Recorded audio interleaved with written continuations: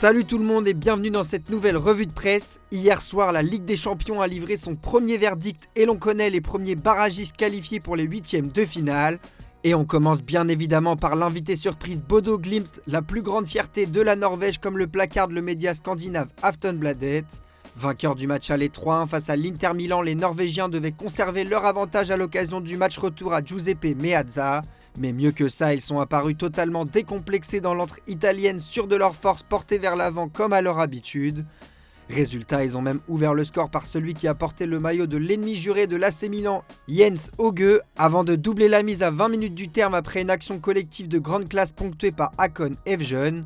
Malgré la réduction de l'écart des interistes, ce sont les Norvégiens qui sont sortis largement vainqueurs du duel 5-2 au cumulé des deux rencontres.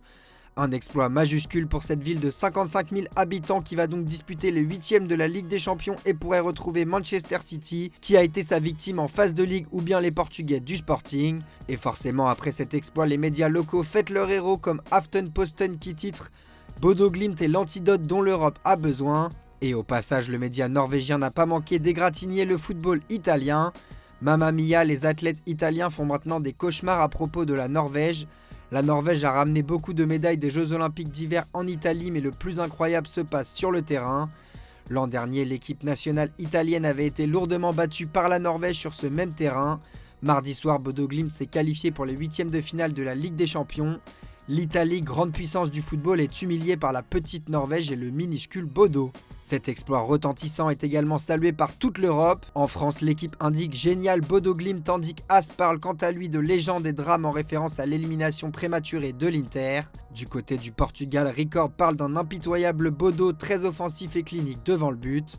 Forcément, après la rencontre, l'heure était à la satisfaction pour l'entraîneur Kjetil Knudsen qui ne sait pas jusqu'où son équipe peut aller. On file en Italie où l'ambiance est glaciale après le coup de froid laissé par les Norvégiens et les médias transalpins s'en donnent à cœur joie pour qualifier la prestation des finalistes de la dernière édition. Du côté du Corriere dello Sport, on parle de désastre de l'Inter avec le titre Tramuntada. L'Inter s'est effondré à domicile et le média fait un jeu de mots avec la remontada évoquée mais qui n'a pas eu lieu. Même son de cloche du côté de la Gazzetta qui placarde sans excuse sur sa une. Et au-delà du simple résultat, c'est le contenu qui inquiète. L'Inter a longtemps monopolisé le ballon mais a cruellement manqué d'inspiration dans les 30 derniers mètres. Avec l'absence notamment de Lautaro Martinez, les multiples centres de Di Marco, les projections de Barella et les tentatives lointaines de Zielinski n'ont jamais réellement fait vaciller un bloc norvégien parfaitement organisé. Dans cette débâcle, le Corriere pointe du doigt l'attaque et notamment le français Marcus Thuram qu'il qualifie de disparu.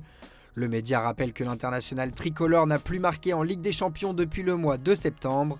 Et malgré les 62 buts inscrits par les Nerazzurri en Serie A faisant d'eux la meilleure attaque du championnat, les hommes de Christian Chivu ont été incapables de reproduire cela en Ligue des Champions. On part en Espagne désormais où au contraire de l'Inter, l'attaquant de l'Atlético Alexander Sørloth a été capable de trouver le chemin défilé à 3 reprises.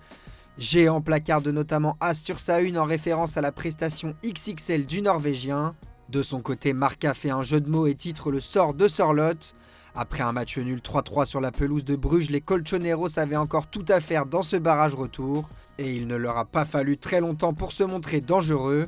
Dès la 23e minute, Sørloth ouvrait la marque d'une frappe puissante. Malgré la réduction de l'écart de la formation belge sur corner, les hommes de Diego Simeone ont démarré la seconde période tambour battant et se sont vus récompensés par une magnifique volée de l'extérieur de la surface de Johnny Cardozo. En feu dans cette rencontre, Sørloth aligné aux côtés de l'Argentin Julian Alvarez a pris toute la lumière en inscrivant 2 nouveaux buts.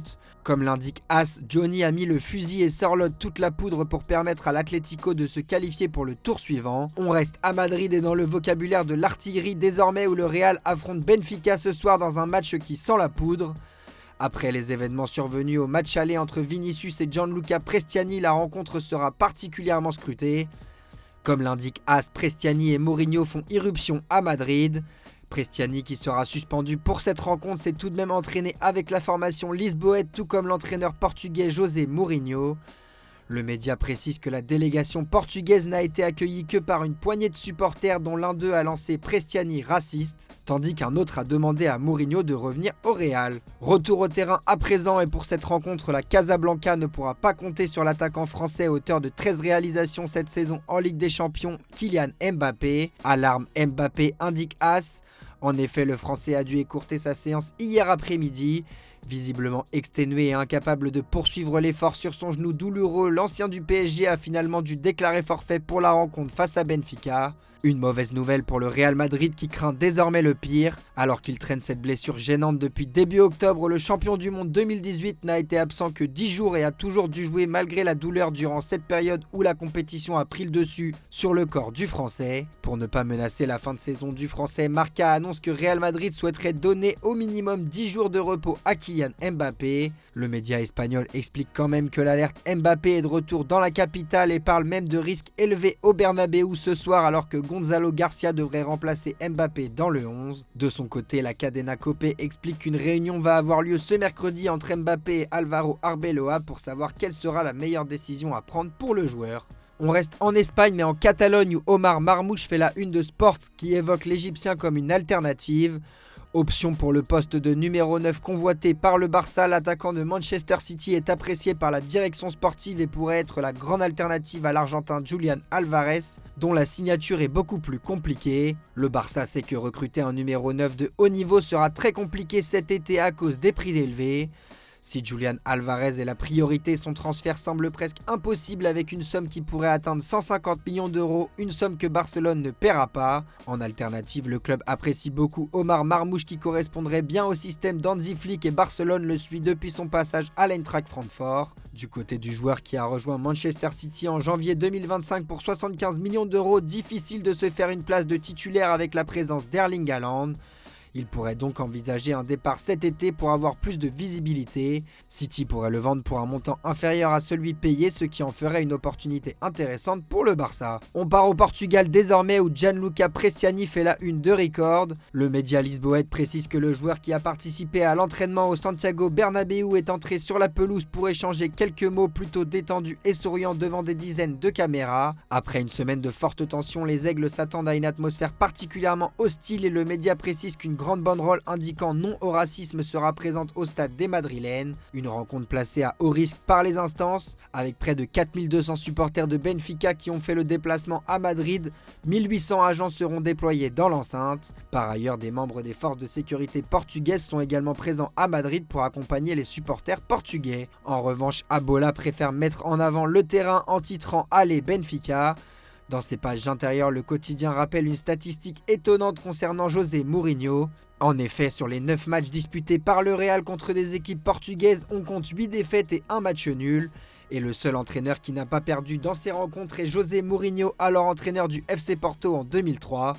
Toutefois, un match nul ne suffira pas pour les Lisboètes qui devront s'imposer pour se hisser au tour suivant. On termine ce tour de l'actualité en France, il n'en restera qu'un, indique l'équipe avant le barrage retour entre le PSG et l'AS Monaco ce soir au Parc des Princes. Vainqueur 3-2 à l'aller, les hommes de Luis Enrique ont un rocher dans la chaussure en référence au club de la Principauté et devront se défaire de Monaco pour poursuivre leur route. En l'absence d'Ousmane Dembélé, la solution au poste de numéro 9 devrait être Désiré Doué, double buteur au match aller. L'ancien Rennais devrait avoir l'occasion de montrer qu'il est de retour à un niveau qui est le sien. Du côté du Parisien, l'attention est portée sur le Géorgien Gvicha Kvaratskhelia, qualifié d'arme fatale au rayon X. Un an après ses débuts en Ligue des Champions, l'attaquant qui alterne le bon et le moins bon avec la tunique parisienne pourrait être un atout majeur de cette rencontre. Enfin, du côté monégasque, l'équipe met l'accent sur Marnes Akliouche attendu au tournant.